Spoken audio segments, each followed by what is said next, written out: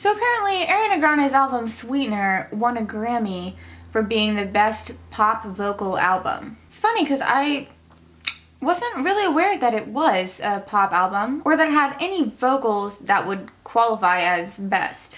Oh, this is gonna be such a salty video. This is not a hate video about Ariana Grande. I love Ariana Grande. I think she's amazingly talented as a vocalist. I love a lot of her songs. But Sweetener was, how do I say this? Not the best.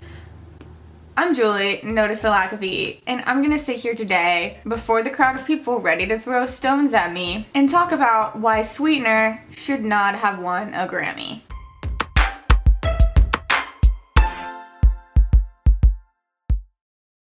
So if you've seen my series called Hire a Better Writer, where I go through the catalog of an artist's work and talk about all the times that they could have and should have hired a better writer, this is gonna be sort of like that, but it's also kind of gonna be like a compare and contrast between Ariana Grande and herself. So I'm gonna go through the Grammy award-winning album Sweetener, point out some of the bad lyrics from it, then compare them with some of Ariana's other songs from earlier and later, because Thank You Next just came out, and basically try to give some evidentiary support as to why I believe literally every other thing that Ariana Grande has ever put out is better than Sweetener, the one that won a Grammy. So once again, this is not me on Ariana Grande, this is me saying whoever runs the Grammys, every year, I'm so confused. Ariana Grande is very talented, one of the most iconic pop queens of our generation, but Sweetener is not her best work by far,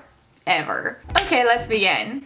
Make it say oh. So Sweetener is basically 30% yeah, 60% nonsensical words and repeated phrases, then maybe like 10% actual lyrics that tell a story or convey a feeling. Like, bruh, this is what pop is all about. This won a Grammy for best vocal pop album. Relatable stories and relatable feelings are literally what pop music is all about. There was very little of that in here. Sweetener doesn't even feel like a pop album. Like, I trusted the timeless Ariana pop anthems that I would always be able to sing karaoke to when I was feeling like a queen. And she kind of just like didn't give us literally any of those. Like, you'd think that she would give us just like one good, solid, tight, musically, vocally, and lyrically pop song.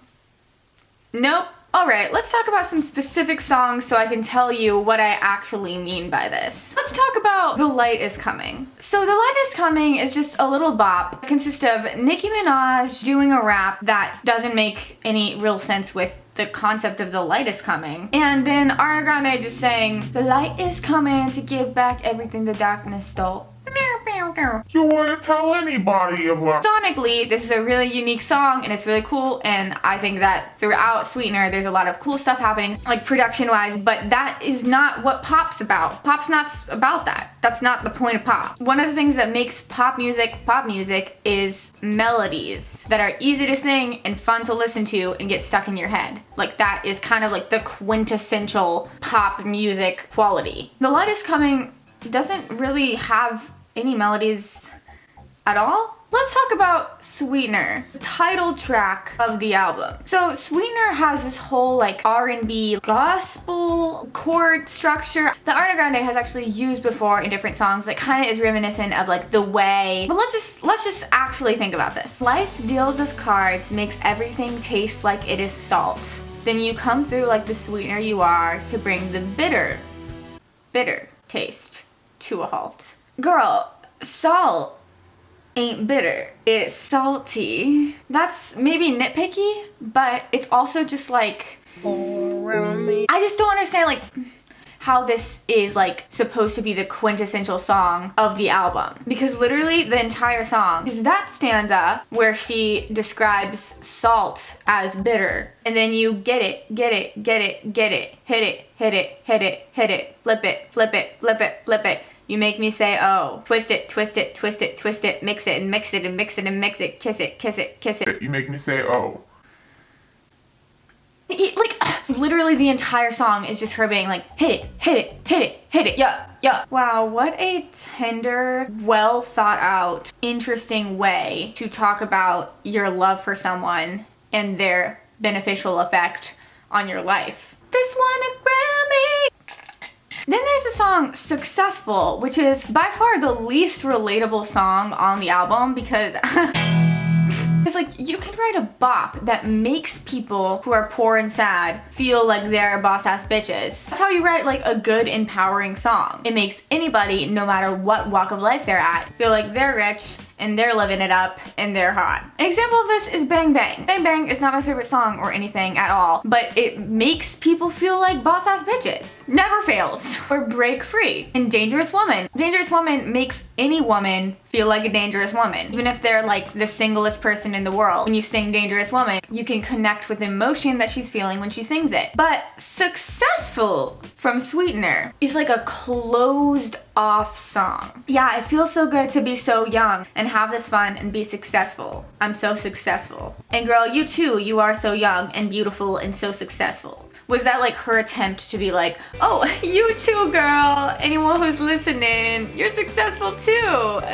But just the way that the song is structured, it has nothing for the audience to really connect with. It just feels like Ariana Grande hanging out and bragging about her life in a way that doesn't even invite others into that emotion. I just feel like there's so many songs in Sweetener that just have no real connecting points for their audience. I know that I'm not the only person who feels this way. If you're making a pop album and most of the songs don't have legitimate melodies, it's gonna be pretty hard for people to sing along with it, to connect with it, to think it's a catchy song, to get it stuck in their head. The whole pop cycle is broken because you're just singing a bunch of nonsensical words or repeating phrases that are not even interesting. Like think about in Blazed, literally the whole chorus is, once I have you, I'll never let you go. Like we've never heard that before in a pop song. And like you could have made that work in a unique way. It would have had a really cool melody, but it's just, once I have you, I will never let you go. And Ariana Grande has so many love/lust songs that are actually really well done pop songs that get stuck in your head, that make you feel like a queen, that totally capture your emotions. For example, I think that Into You is such a well executed pop song. The way that the tension builds in the song emulates the emotion of the song. When you hear it, you almost like hold your breath in the beginning. And even though it's just about like liking someone, it feels so powerful and real. So basically, I'm sorry. All I'm trying to say is that I don't think every single song on Sweetener is horrible or anything. I think that Ariana Grande has so much talent and has so much ability to make pop songs that just like pop off and are just instant hits, so smart, so catchy, so just like solid pop. 60% of the songs on this album have no memorable melody, don't really convey emotion in a way that people can connect with, and are kind of forgettable songs because of that. Like the first time I heard NASA from Thank You Next, I was hooked in it. But I literally listened to Sweetener multiple times, and maybe 3 of the songs I wanted to listen to more of after a couple seconds. Sweetener just doesn't have the pizzazz that Ariana Grande used to have. Thank You Next is so good already. So we know that Ariana Grande is fully capable of doing amazing things. I'm just saying. Sweetener was for sure not one of them. Anyway, those are a bunch of my opinions that I'm going to get stoned for. Subscribe to my channel if you'd like to hear salty opinions about music, or if you want to see more songs by your favorite artist. That's the thing I do here. I analyze an artist's songs, and then I write a song that sounds like it could have been written by them on camera in under an hour. It's a thing I do. You should check it out. Follow me on Instagram. I post some fun things. Check out my album. It's everywhere right now. If you want to feel Ari fancy, have a little Ari moment.